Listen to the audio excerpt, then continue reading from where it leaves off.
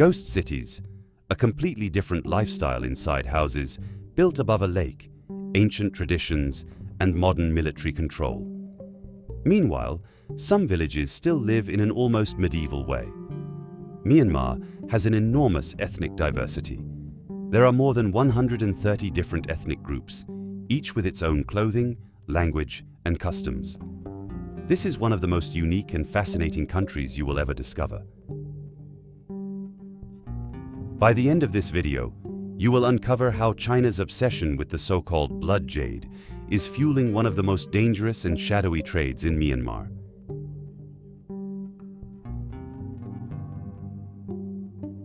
But before we begin, answer me this. Have you ever visited Myanmar, or would you like to experience it in person someday?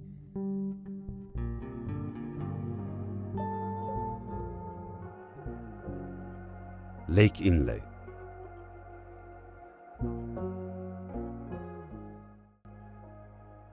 Thousands of people literally live on the water, inside houses raised on wooden stilts, driven deep into the bottom of the lake.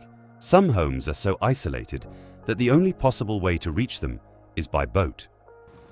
During the early hours of the morning, thick fog completely covers the lake, transforming the scenery into something almost unreal.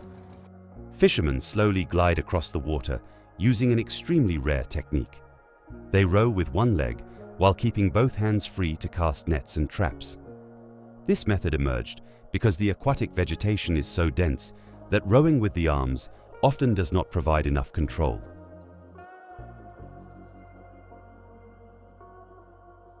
Survival on the lake depends almost entirely on the water itself. Many families rely on traditional fishing, catching local species that are sold in floating markets scattered throughout the region. Other residents grow tomatoes in floating gardens, artificial islands made from compacted vegetation, mud, and aquatic roots. Some of these plantations look like real agricultural fields drifting across the lake. Farmers must navigate daily through narrow water corridors to care for their crops. During storm seasons, powerful winds can destroy entire sections of these gardens, wiping out months of work in only a few hours.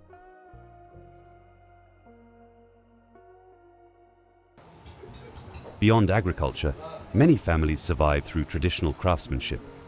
Hand-operated weaving workshops produce fabrics made from lotus fibers, an extremely rare and expensive material. The process is slow. Workers carefully extract delicate filaments from the stems of aquatic plants and transform them into ultra-thin threads. In some cases, a single piece can take several weeks to complete.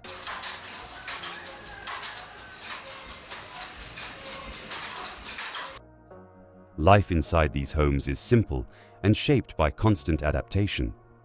Many houses contain only one main room, used simultaneously as a kitchen, bedroom, and living space.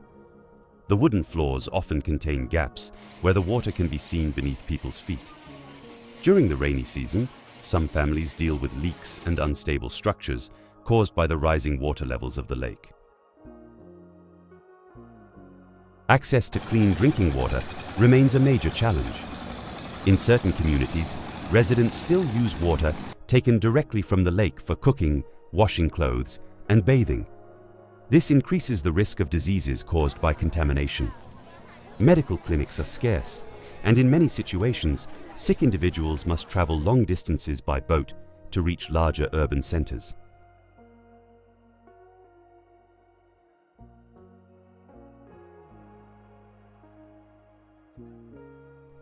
Life expectancy in these areas is often lower than in many more developed Asian countries. Problems linked to nutrition, limited access to healthcare, and economic hardship directly impact countless families living on the lake.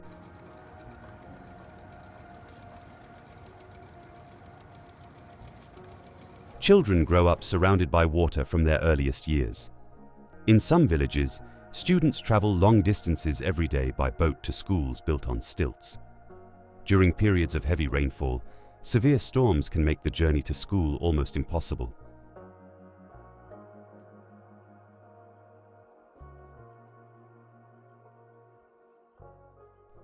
Bagan, the most famous place in the country.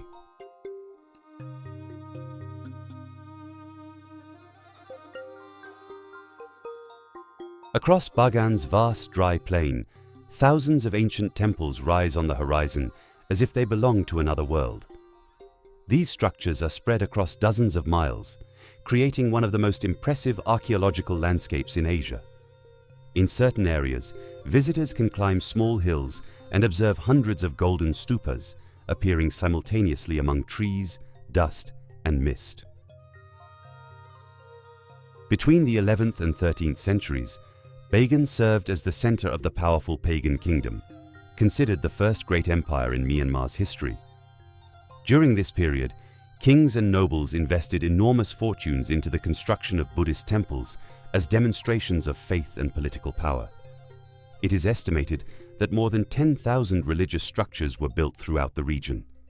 Today, around 2,000 still remain partially preserved. Many contain dark corridors, ancient paintings, and silent halls illuminated only by light entering through tiny windows. Some walls still carry marks left behind by artisans who lived there nearly 1,000 years ago.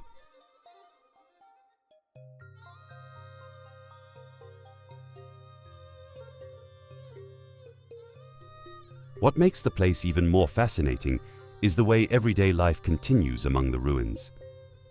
Unlike many archaeological sites that are completely isolated, several communities have lived near the temples for generations.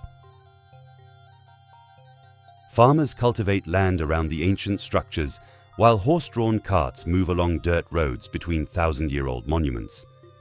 In some villages, residents rest in the shade of the temples during the hottest hours of the day. The coexistence between past and present creates an extremely unusual atmosphere.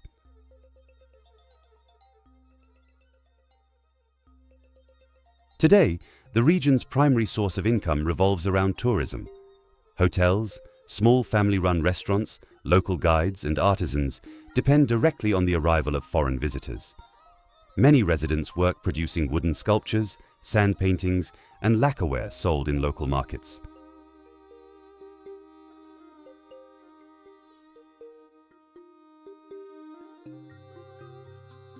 Even though it is one of Myanmar's best-known destinations, life in Bagan still presents enormous challenges. Temperatures frequently rise to extreme levels during the dry season, making physical labor extremely exhausting. Access to water in some rural communities remains limited, especially in areas farther away from the historic zone. Another striking element in Bagan is the constant presence of spirituality. Monks dressed in reddish robes silently walk along the pathways between the temples, while residents leave offerings before Buddhist images. Inside many ancient buildings, the smell of incense still dominates the atmosphere, creating the feeling that those places remain spiritually alive.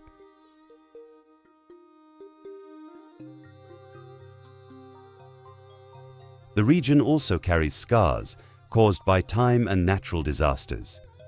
Earthquakes have struck Bagan many times throughout history, destroying important sections of ancient temples. In some monuments, massive cracks can still be seen running through the walls and towers.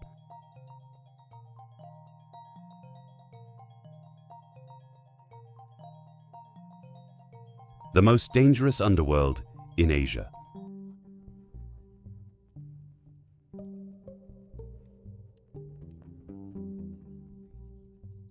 Hidden within Myanmar's isolated mountains lies one of the darkest and most dangerous markets on Earth. Beneath the mud, concealed among rocks and gigantic craters, exists a fortune valued in billions of dollars. Every single day, thousands of people enter this hazardous landscape, risking their own lives in search of a single stone capable of completely changing their destiny. The Hpakant region is considered the heart of jade mining in Myanmar, responsible for some of the most valuable stones ever discovered in the world. Much of this material is smuggled into China, where certain types of jade can become worth more than gold.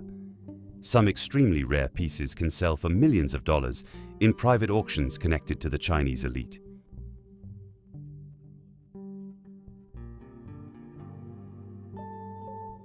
The jade extracted from these areas earned the nickname Blood Jade because of the staggering number of deaths connected to mining operations. Massive landslides frequently occur along slopes excavated by heavy machinery. Within seconds, entire mountains of mud and mining waste collapse onto workers searching manually for stones among debris discarded by large companies. Many accidents happen during the middle of the night, when hundreds of miners invade restricted zones hoping to find forgotten fragments. Some use nothing more than basic flashlights while searching for stones on extremely unstable slopes. In certain landslides, bodies disappear completely beneath tons of mud and are never recovered. In some disasters, the death toll has surpassed hundreds of people in a single night.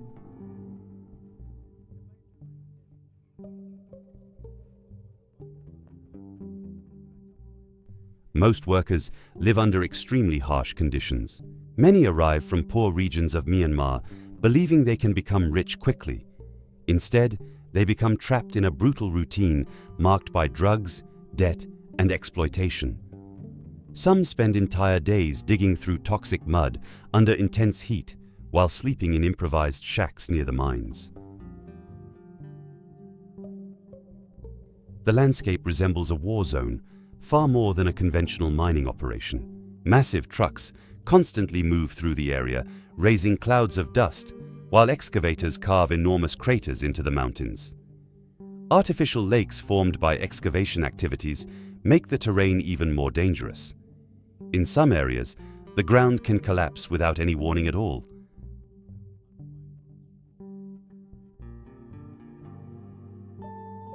A large portion of the wealth generated by jade never reaches the local population. The trade is controlled by businessmen connected to armed groups, influential figures, and illegal networks that dominate different parts of the mining chain. Many experts believe that billions of dollars disappear every year through smuggling operations and corruption schemes.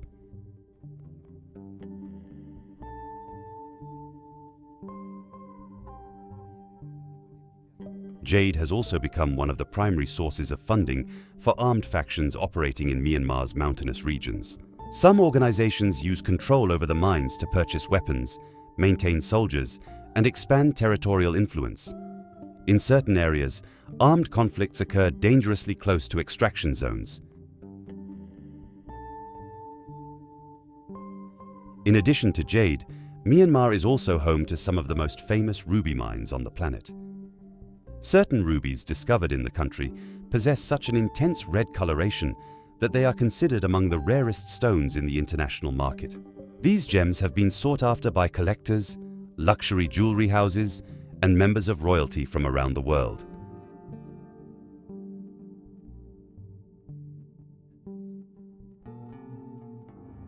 Mount Popa.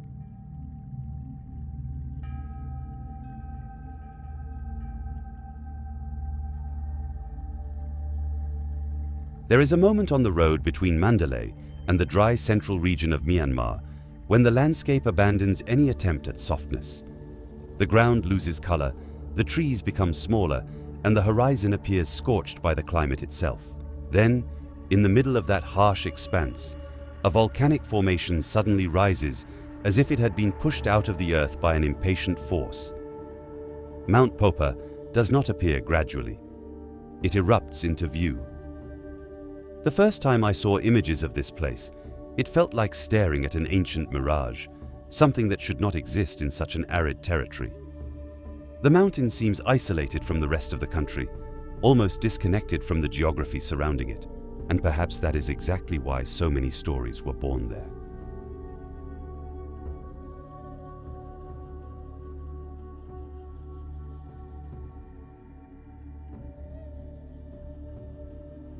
What impresses me most about Mount Popa is not the height of the formation, but the way it emotionally dominates those who approach it. There is a silent tension surrounding that dark peak. For centuries, pilgrims crossed dusty roads, believing that spirits watched every step of the ascent. In Myanmar, few regions carry as much spiritual weight as this extinct volcano. Local inhabitants do not treat Popa as merely a mountain. Many speak about the place as if it were a living entity, a presence capable of listening, reacting, and interfering. In many ancient accounts, climbing to the summit meant temporarily entering a territory where the human world and the invisible world existed together without clear boundaries. That completely changes the atmosphere surrounding the location.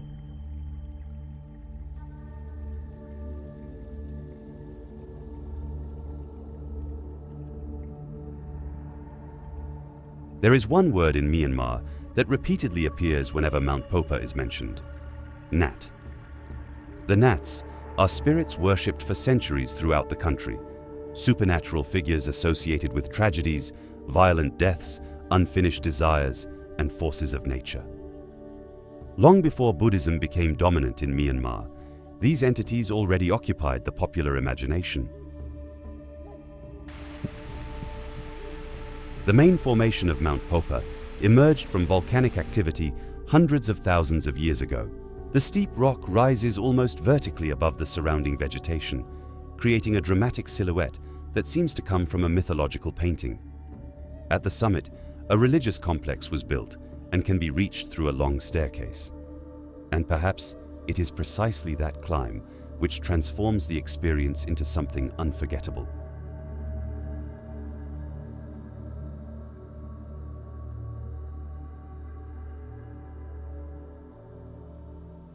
Hundreds of steps wind along the mountainside, while monkeys freely roam the area observing visitors. Few people realize that the region surrounding the mountain also possesses enormous ecological importance. While much of central Myanmar suffers from dry conditions, Mount Popa functions as a small green refuge. The elevation creates cooler temperatures and abundant vegetation. Rare trees, birds difficult to find elsewhere, and a biodiversity that contrasts dramatically with the surrounding arid terrain can all be found there.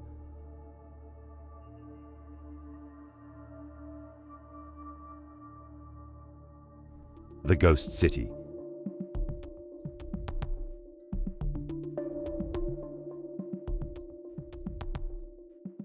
In the center of Myanmar stands a colossal capital city where avenues stretch for miles without encountering almost anyone. Naypyidaw appeared from nowhere, surrounded by dry hills and empty land, like a project designed for an imaginary country.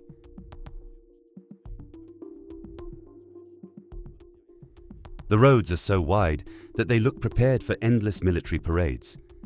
Some contain more lanes than major Asian megacities, yet they remain silent for most of the day. The exaggerated scale creates immediate discomfort because the human mind expects movement, and it simply never appears.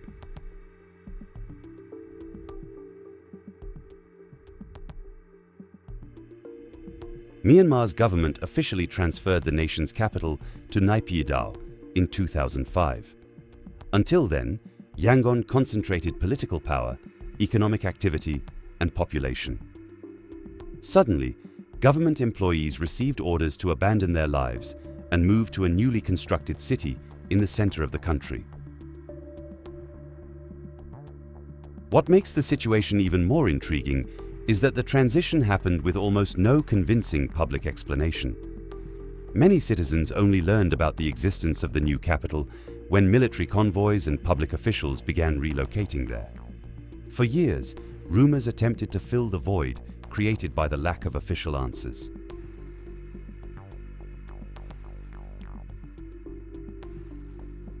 Some theories claim that military leaders feared foreign invasions or internal attacks. Yangon was vulnerable, heavily populated, coastal, and politically difficult to control. Naypyidaw offered isolation, strategic distance, and complete territorial control in the event of a crisis.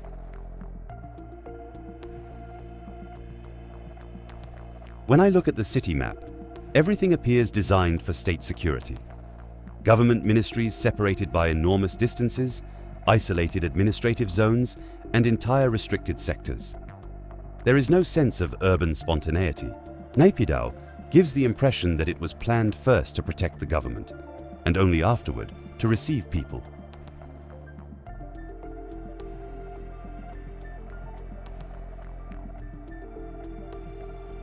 Many neighborhoods feel emotionally unfinished. Identical houses lined up in sequence, Clean streets, organized gardens, but very little visible life. Human noise is missing. Improvisation is missing. In several parts of the city, it feels as though Naypyidaw is waiting for residents who never fully arrived.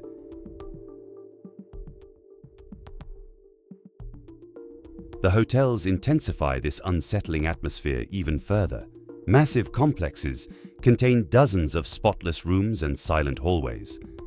Some employees spend entire hours without serving a single guest. In many travelers' accounts, the experience feels like walking through an abandoned resort before it has even had time to age.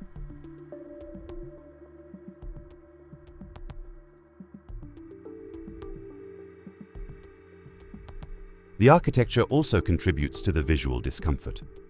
Monumental government buildings occupy gigantic spaces surrounded by empty areas that seem intentionally designed to prevent people from getting too close.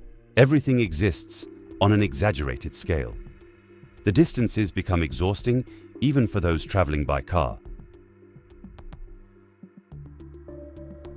There is a constant feeling of separation between people and power. In many other Asian capitals, markets, temples, and popular neighborhoods blend naturally with political centers. In Naypyidaw, the government seems hidden behind its own urban planning.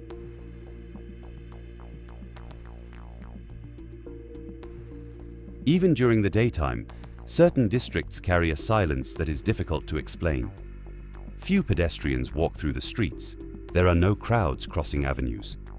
In some neighborhoods, it feels as though the city had been evacuated only hours before visitors arrived.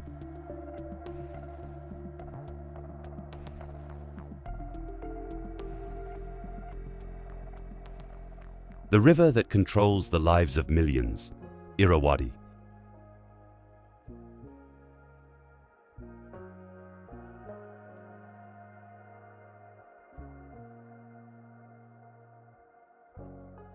At sunrise, parts of the Irrawaddy begin waking up before the cities themselves. Small boats appear carrying fruit, fish, fabrics, and fuel. Old engines break the silence of dawn, while merchants organize entire markets on floating platforms.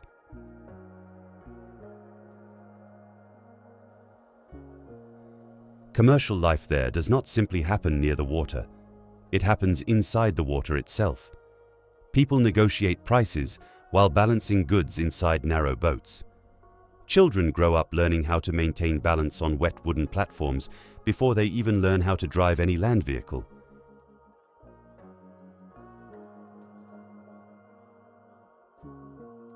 The Irrawaddy possesses an almost biological presence in Myanmar. In certain regions, the smell of the river dominates the air at all times. A mixture of mud, fresh fish, wet vegetation, and burned fuel. It becomes impossible to separate daily life from that muddy water. Fishermen endure a brutal routine.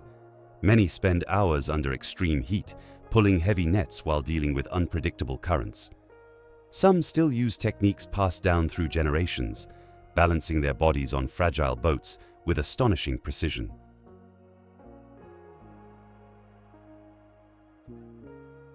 There is a peculiar silence during the moments before the nets are thrown into the water. Men observe the flow of the river as though they are attempting to decipher its invisible thoughts. A single mistake can mean hours of lost work or even fatal accidents.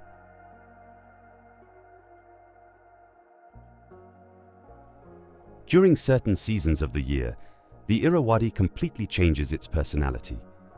Water levels rise rapidly, currents become violent, and entire regions enter a state of alert. The same river that feeds communities can also destroy homes within only a few hours.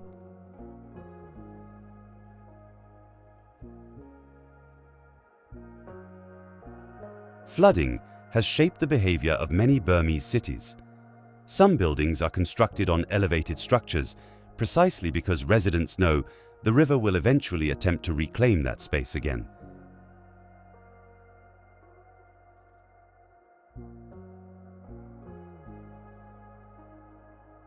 There is an almost unavoidable relationship of respect between the population and nature. Nobody seems to believe they truly control the Irrawaddy. At most, people temporarily negotiate with it.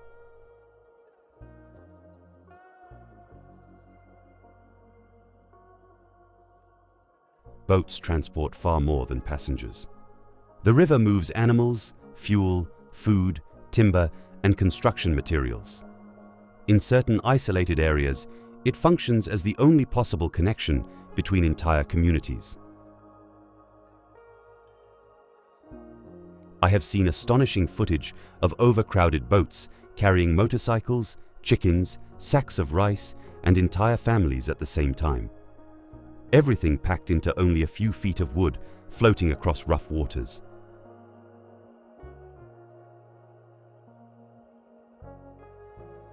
The banks of the Irrawaddy also reveal another side of Myanmar. Ancient temples silently observe the constant movement of the water, while children play in the mud and monks walk among improvised boats.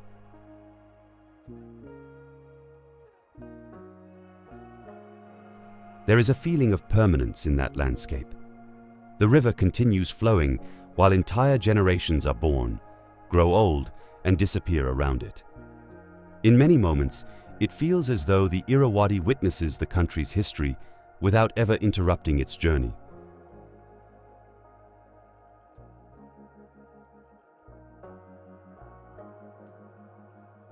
Some cities simply would not exist without this gigantic current. Markets depend on the daily arrival of boats. Farmers depend on irrigation.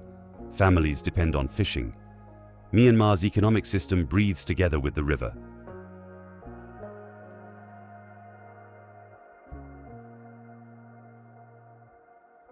During storms, the situation changes dramatically. Violent winds strike small boats, while muddy waves crash against fragile riverbanks.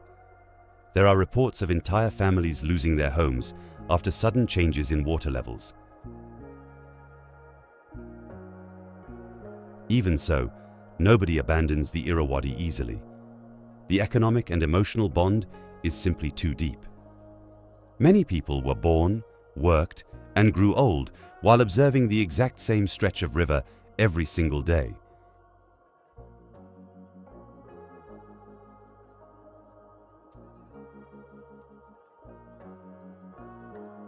The floating markets reveal an incredible human ability to adapt. People cook, negotiate, unload products, and organize small businesses while everything constantly sways beneath their feet. Daily life in these places demands quick reflexes and constant balance. Any distraction can knock merchandise into the water or cause collisions between tightly packed boats moving through crowded channels.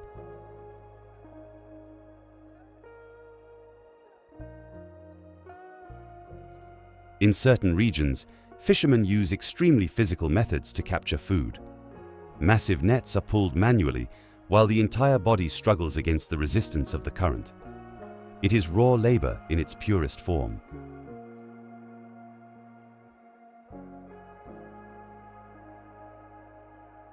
The heat makes everything even more exhausting. Sunlight over the Irrawaddy feels as though it reflects twice, coming from both the sky and the water at the same time. Many workers spend hours completely exposed without any proper protection. This is where our video comes to an end. Leave a comment below. Which place on Earth would you like to see featured here on the channel next?